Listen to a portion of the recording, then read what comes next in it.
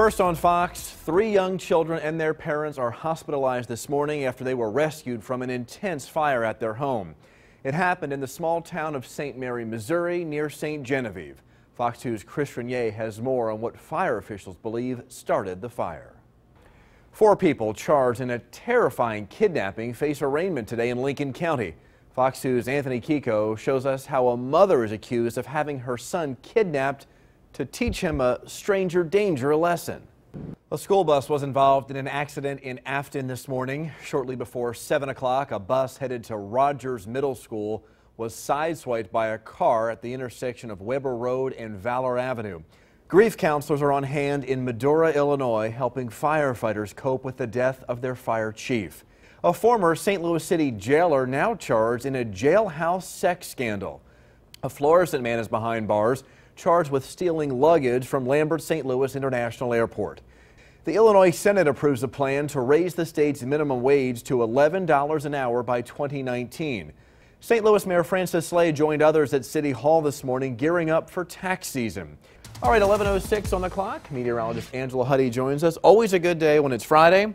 The sun is out, and driving to work, the temperature on the car thermometer was higher than yesterday's high temperature. Yes. That's not bad. I'll take it. You've knocked off all of the good points here so far.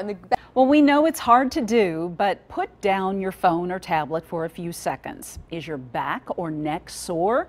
Well, you're not alone. As Contact 2's Elliot Weiler discovered, doctors are finding lots of health problems relating to our smartphone-obsessed world. I'm always on it, off and on all day long. Rebecca Ann is like a lot of us. From texting to playing games to firing off emails, we are chained to our tablets and smartphones from morning to night, often hunched over, shoulders forward, and it's taking a toll on our bodies. I'll find myself, like if I'm in the middle of an email, looking down, and then I feel that pain, and then I pull my shoulders back and try to bring it up higher, but ultimately I always end up looking down at the phone.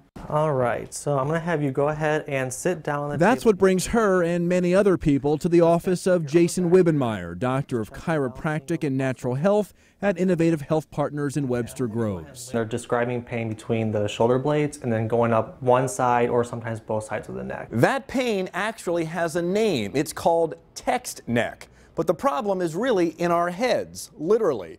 The average human head weighs about 13 pounds. When we tilt it down by about 15 degrees, like when we're checking our phones, that adds an additional 10 pounds of weight, and that puts additional pressure on our necks and backs. What we're finding is because of the pressure of the head, we see this nice curvature here at a more lateral view. But what's happening is when we're bending our head, we're bending forward the neck, and then it's causing issues with disc, nerve compression, and then fatiguing the muscles that are holding these vertebrae together. So what can we do to prevent text neck? All right, go ahead and turn over on your back. Chiropractic adjustments on the neck and spine can provide relief, but Dr. Wibbenmeyer also says you've got to make some lifestyle adjustments like limiting the amount of time on your devices. Put it down for a little bit, stretch your neck, stretch your back, and be aware of the effect that it can have on those areas. Also, rethink how you look at your phone. In other words, take the neck out of text neck. Use your eyes. You know, our eyes have a range of motion in themselves, so we don't always have to bend forward at the neck to look down at the thing that we're using. And if you need a reminder to change your posture, there's actually an app called Text Neck. It's available for Android phones. It will alert you if it senses your head is tilting forward too far. For Contact 2, I'm Elliot Weiler. Fox 2's Elliot Weiler is live in the newsroom of the St. Louis Post-Dispatch with more on what the governor announced today and what it means for the new stadium. Elliot? Well, Mandy and Tom, this was hardly a groundbreaking. We're not at that point yet, really not even close, yet this was an important and necessary step along the way to get there. This morning, the governor announced that Ameren, Missouri and the Terminal Railroad Association of St. Louis have agreed to relocate power and transmission lines and railroad tracks if the stadium project moves forward. That could cost up to $25 million. The governor also reiterated his hope that the Rams or another NFL team will continue to call St. Louis home, saying football in St. Louis generates $10 million a year in tax revenue for the state. He also emphasized the new stadium's role in revitalizing the long-blighted stretch of the riverfront north of downtown. The governor says he is confident the state is doing everything it can to keep the NFL here while being fiscally responsible to taxpayers. You will first hear from the governor and then some analysis about today's announcement from Post-Dispatch reporter David Hunn, who is also covering the new stadium proposal.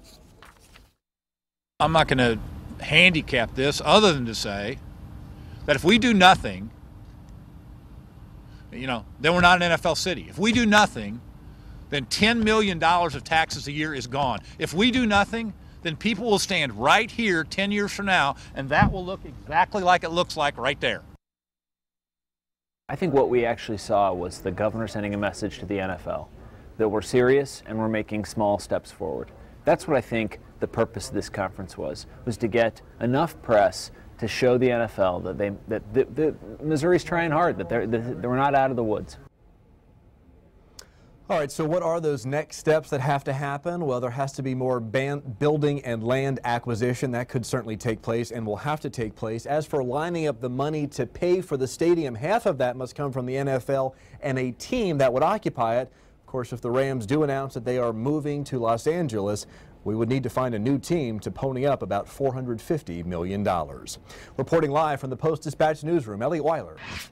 New at 10, some people call it a miracle drug, a pill that virtually eliminates the risk of HIV infection.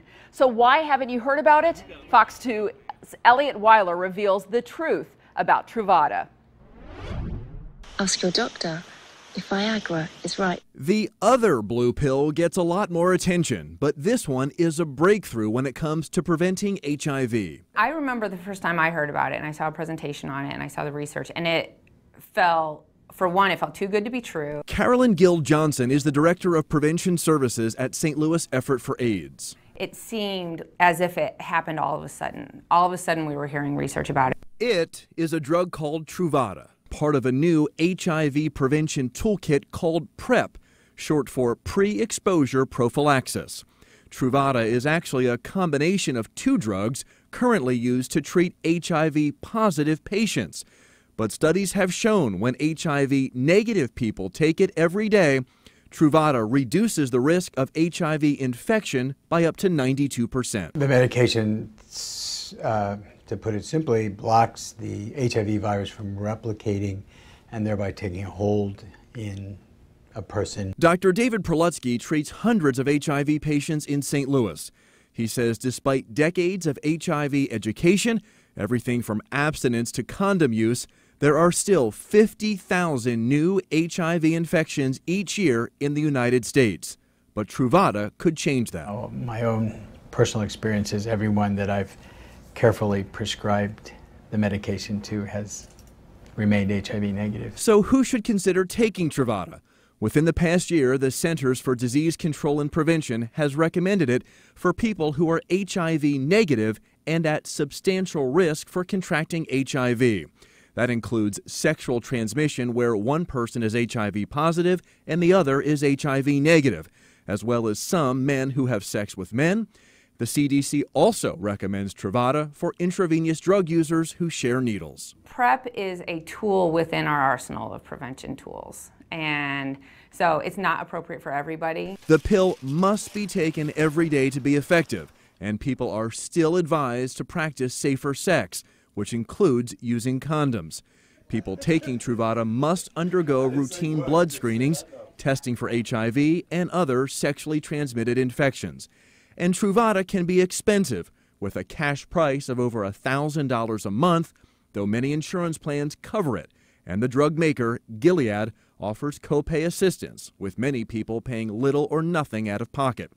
As more high-risk populations learn about Truvada, Dr. Prelutsky and St. Louis Effort for AIDS are hopeful it could dramatically decrease the rate of new HIV infections. Is this the best thing that we've had yet? It's the best things that we've had. Elliot Weiler, Fox 2 News.